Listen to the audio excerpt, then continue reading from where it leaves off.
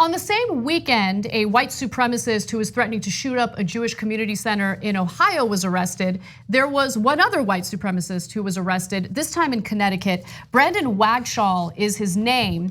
And the Connecticut man had amassed an arsenal of tactical weapons and body armor, and he may have been preparing for a mass shooting. He actually left a trail of racist and anti-trans postings online. And so what I found amazing about this particular story is that he had been kind of taunting and goading the FBI on social media for months, and they finally did something. He was arrested after a joint FBI local police investigation on a tip that the 22-year-old was trying to import large capacity rifle magazines from out of state. During the investigation, Wagshaw wrote a Facebook post that showed his interest in committing a mass shooting, leading to a raid on his house and also his arrest. Police say that they uncovered a weapons cache during the raid, including a titanium body armor and a combat helmet. And so I'm just gonna give you a few examples of the disgusting things that he posted online openly on Twitter. I support transgenders' rights to be some of the first in the gas chambers. He also said, I hate, and then he used the N-word. And then he showed this, he posted this strange photo of Donald Trump fighting Shinzo Abe of Japan. I don't know what this was about, but he was a Trump supporter. And I don't think it's far-fetched to know who inspired some of his ideology. So Abe is actually allies with Trump, I think it's fair to say, and they work together on the North Korea issue. So him putting Trump against Abe is just, I guess, purely racist. But are you surprised by this guy being purely racist and having no connection to logic? Small points and a large one. Some of the avatars that they use on Twitter, I already noticed this, but you see it in this case too. Racists will use black people as their avatar, or black women, or attractive women, getting you to think, getting the uninitiated online to think, oh, it's a black woman saying terribly racist things, so it must be okay, right? No, they're just using that as their avatar. None of them are black, okay? And then of course he made reference to cheese pizza, as in Pizzagate. Lunatics, flock together, I suppose. And we're supposed to ignore all that. No, QAnon could be true. Pizzagate, I don't know. Look, nobody legitimate is saying that QAnon could be true. So I don't want to exaggerate, but there are tons and tons of QAnon followers and Pizzagate followers throughout the country. I've often talked about how one of my neighbors has a bumper sticker like that. But we're supposed to treat them like they're normal people. No, they're lunatics. I mean, in order to believe QAnon, you have to be not just you have to be beyond monumentally stupid. You have to have something mentally wrong with you to think, oh yeah, Mueller is part of a team that's gonna show that Trump's actually innocent and he's gonna arrest everybody that was against Trump, but he didn't do any of that. Even if you believe that insane theory before, well, after he didn't do it, you still believe it. Well, that's because you're a goddamn lunatic. And then so is it surprising that a guy who believes in Pizzagate in this particular case was looking to shoot people up and hated transgender people? But here comes the important point. The two biggest sources of his ire were transgender people and the FBI. Let me think of who's the one person who's constantly railing against both transgender people and the FBI. Yeah, I mean, that would be Donald Trump. Yeah, exactly. I mean, before Trump or even during the Trump administration, who rails against the FBI more than Trump does? And why? Why did Trump rail against the FBI? It was because he was being investigated. Because he is a lifelong criminal, and a lot of his followers are criminals. So of course they hate the FBI. And then ironically, they'll turn around every time a cop shoots an unarmed black man and go, oh, I support cops, Blue Lives Matter.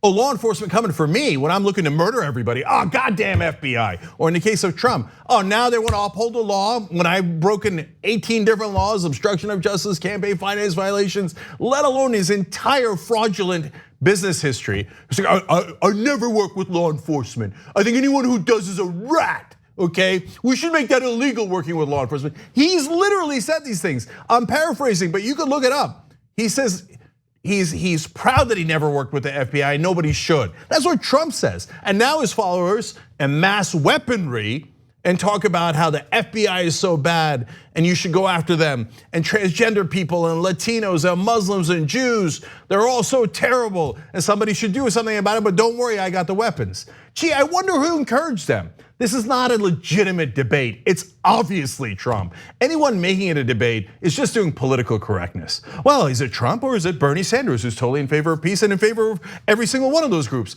Let's have a total nonsense debate about things that shouldn't be debated. Is the sky blue or is it yellow? I don't know. Let's have a debate. Why? Because we're cable news, because it's easy. It's lazy, right? I mean, that is.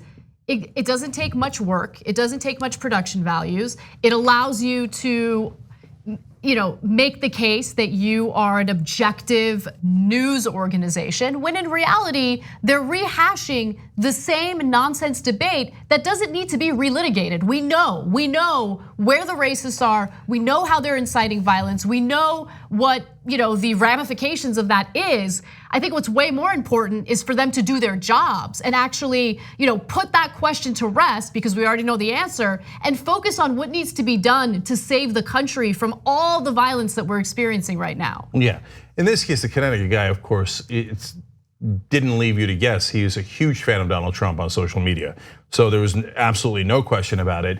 And look, the debates aren't just because they want to pretend to be objective reporters. It's not objective to have a debate about this, it's neutral. And being a neutral reporter means you're a terrible reporter. That means you don't care about the facts, you don't care about being objective. You just want to be neutral to both political sides. Why?